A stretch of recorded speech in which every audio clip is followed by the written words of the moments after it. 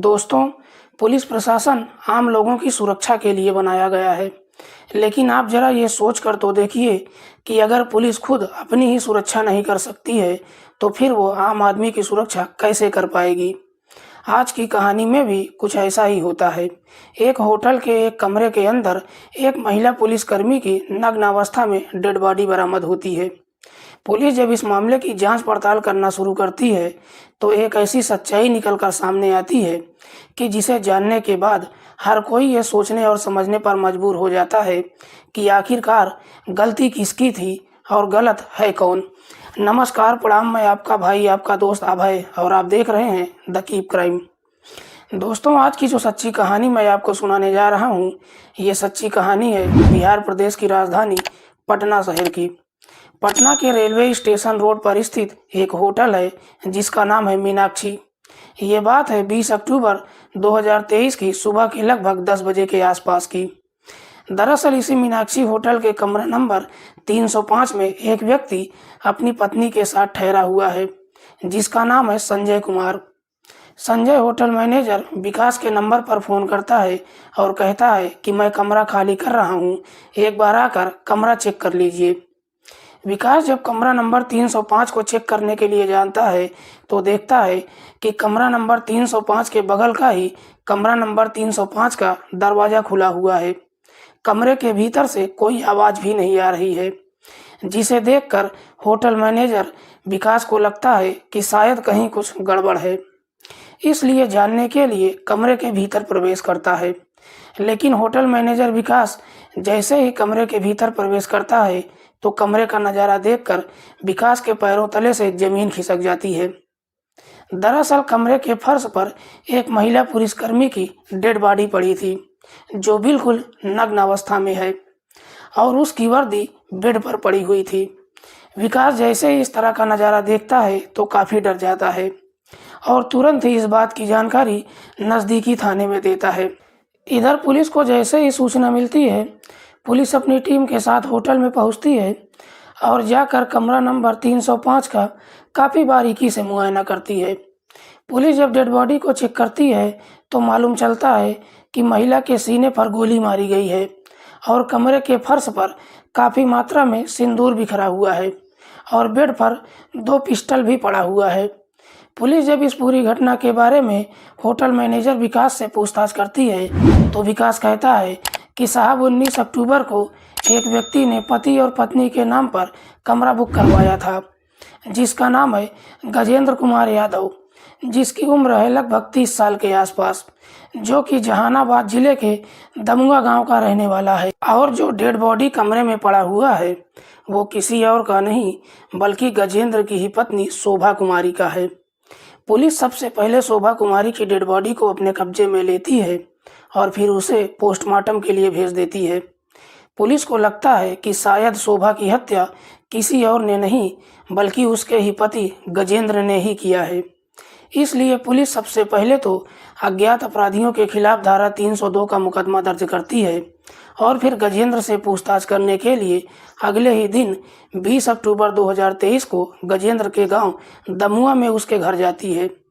लेकिन पुलिस जब गजेंद्र के घर जाती है, तो मालूम चलता है कि गजेंद्र अपना घर छोड़कर फरार हो गया है। पुलिस की वहां मुलाकात गजेंद्र के पिता रामाशीष यादव से होती है। रामाशीष जो अपने ही गांव का चौकीदार रह चुका है, लेकिन कैंसर का मरीज है और बिस्तर पर पड़ा हुआ है। पुलिस जब रामाशीष से उसके बेटे के बारे में पूछताछ करती है, तो रामाशीष कहता है कि साहब, मेरा बेटा 17 अक्टूबर को दिल्ली गया है मेरी ही बीमारी की दवाई लाने के लिए, 1 या 2 दिन में वापस आ जाएगा। लेकिन पुलिस कहती है कि गजेंद्र ने अपनी पत्नी शोभा कुमारी की हत्या कर दिया है। पुलिस जैसे ही हत्या करने की बात रामाशीष को बताती है, तो एकदम से गजेंद्र के घर में कोहराम मच जाता है। पुलिस वहां से खाली हाथ वापस तो आ जाती है, लेकिन वहां के नज़दीकी थाने से संपर्क करके गजेंद्र के ऊपर नज़र रखने को कहती है।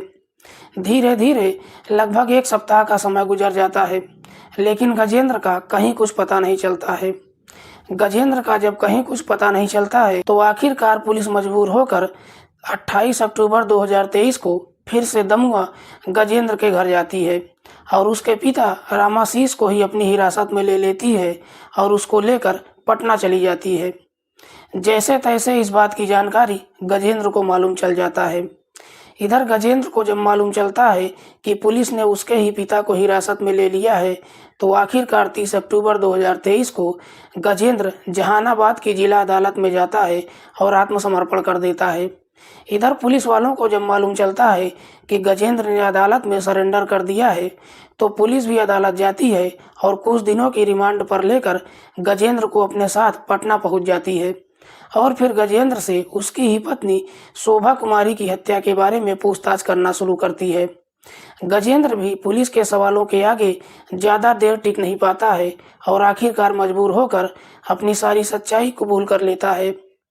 लेकिन गजेंद्र जब इस हत्या की पूरी कहानी पुलिस वालों को बताता है, तो वाकई में इसे सुनने के बाद हर कोई ये सोचने और समझने पर मजबूर हो जाता है कि आखिरकार इस मामले में गलत कौन है। दरअसल इस कहानी की शुरुआत होती है इस घटना से ठीक 6 साल पहले। गजेंद्र जो 2 भाइयों में सबसे बड़ा है। गजेंद्र अपने ही इलाके से पढ़ाई करता है। गजेंद्र जो पढ़ाई में भी काफ़ी होशियार है। गजेंद्र पढ़ाई लिखाई करके अपना एक बेहतर भविष्य बनाना चाहता है, क्योंकि गजेंद्र के पिता गांव के ही चौकीदारी का काम करते हैं, इसलिए गजेंद्र के पास ज़्यादा पैसा भी नहीं है। गजेंद्र अपना बेहतर भविष्य बनाने के लिए पढ़ाई के दौरान ही अपने ही इलाके में एक कोचिंग खोल लेता है, जिसमें बच्चों को साइंस और मैथ पढ़ाने लगता है। देखते ही देखते उसका कोचिंग बेहतर तरीके से चल पड़ता है और उसके इलाके के काफ़ी लड़के और लड़कियां गजेंद्र के कोचिंग में पढ़ाई करने के लिए आने लगते हैं, जिनमें से एक है शोभा कुमारी। शोभा भी जब गजेंद्र के पास पढ़ाई करने के लिए जाती है, तो गजेंद्र को शोभा पसंद आ जाती है और आखिरकार साल 2018 में गजेंद्र और शोभा के बीच में प्रेम प्रसंग शुरू हो जाता है। दोनों के बीच में जब प्रेम प्रसंग शुरू हो जाता है, तो गजेंद्र शोभा से शादी करने का फैसला कर लेता है। शोभा भी गजेंद्र से शादी करने के लिए तैयार हो जाती है। इसलिए गजेंद्र जाकर अपने पिता से बातचीत करता है और शोभा से शादी करने के लिए कहता है। गजेंद्र के पिता भी इस शादी की मंजूरी दे देते हैं, लेकिन साथ ही साथ अपने बेटे के सामने एक शर्त रख देते हैं कि शादी के बाद तुमको हमारे साथ ही रहना होगा। गजेंद्र भी अपना प्यार पाने के लिए अपने पिता की शर्त को मान लेता है और फिर दोनों जाकर कोर्ट मैरिज कर लेते हैं। लेकिन शादी के बाद गजेंद्र अपनी पत्नी के साथ दूसरी जगह पर किराए का कमरा लेकर रहने लगता है। गजेंद्र जो अपने पिता से अलग रहता है, तो इसकी भी एक वजह है। दरअसल गजेंद्र जब 13 साल का था, तभी एक लड़की के पिता ने गजेंद्र का अपहरण कर लिया था और ले जाकर अपनी ही बेटी से जबरदस्ती उसकी शादी कर दिया था।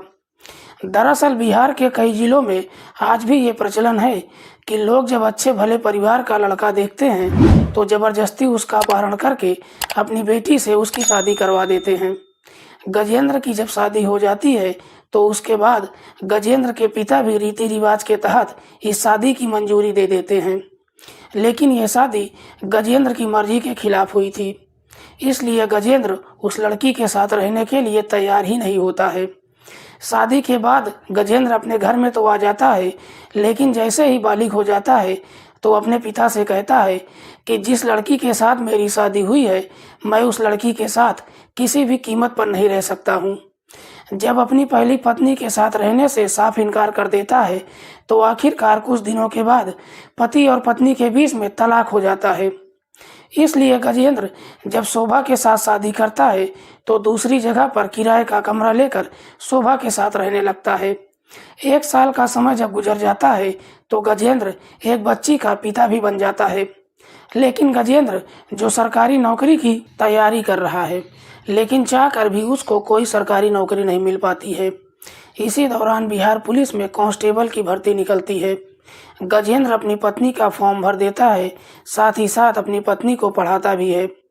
इधर शोभा जब पुलिस की परीक्षा देती है, तो उसका सिलेक्शन बिहार पुलिस में हो जाता है और फिर शोभा ट्रेनिंग करने के लिए पटना चली जाती है। उसके बाद गजेंद्र अपनी बच्ची को लेकर अपने पिता के पास छोड़ देता है। इधर शोभा जब पटना में आकर ट्रेनिंग करने लगती है, बीच बीच में जब भी उसको मौका मिलता है तो जाकर अपनी बेटी से भी मुलाकात कर लेती है। इधर गजेंद्र को भी जब मौका मिलता है खुद पटना आकर अपनी पत्नी शोभा से मुलाकात कर लेता है। लेकिन शोभा जब अपनी ट्रेनिंग करती है तो इसी दौरान शोभा की धीरज नाम के लड़के के साथ नज़दीकी और प्रेम प्रसंग शुरू हो जाता है। धीरज एसएससी की तैयारी कर रहा है। धीरज और शोभा के बीच में जब प्रेम प्रसंग शुरू हो जाता है तो उसके बाद शोभा के अंदर भी काफ़ी बदलाव आ जाता है। शोभा ना तो अपनी बच्ची से मुलाकात करने के लिए जाती है और ना ही अपने पति गजेंद्र से भी बातचीत करती है। जब शोभा के अंदर काफ़ी बदलाव आ जाता है तो इधर गजेंद्र को भी अपनी पत्नी को लेकर शक होने लगता है। लेकिन गजेंद्र इसके बावजूद भी अपनी पत्नी से कोई पूछताछ नहीं करता है। जुलाई 2023 में एक दिन गजेंद्र पटना चला जाता है। गजेंद्र जब पटना पहुंचता है तो अपनी पत्नी शोभा को किसी दूसरे व्यक्ति के साथ बाइक पर बैठकर घूमते हुए देखता है। गजेंद्र जैसे ही उस व्यक्ति को देखता है तो उसको देखकर गजेंद्र के सीने में आग लग जाती है। लेकिन इसके बावजूद भी गजेंद्र अपनी पत्नी से कोई पूछताछ नहीं करता है, बल्कि सीधे अपने घर चला जाता है और फिर अपनी पत्नी की बेवफाई के बारे में सोचकर काफ़ी चिंता में रहने लगता है। जैसे जैसे दिन गुजरता है गजेंद्र को अपनी पत्नी को लेकर काफ़ी नफरत होने लगती है। गजेंद्र सोच लेता है कि अगर उसकी पत्नी मेरी नहीं हो पाई है तो वो दुनिया में किसी और की नहीं हो सकती है। इसलिए गजेंद्र अब अपनी पत्नी शोभा को ही इस दुनिया से हटाने का फैसला कर लेता है। इसी षड्यंत्र के तहत 17 अक्टूबर 2023 को गजेंद्र अपने पिता रामाशीष से कहता है कि मैं आपकी दवाई लाने के लिए दिल्ली जा रहा हूँ। घर से तो निकलता है लेकिन गजेंद्र दिल्ली ना जाकर सीधे पटना चला जाता है। 19 अक्टूबर 2023 को पटना पहुंचता है।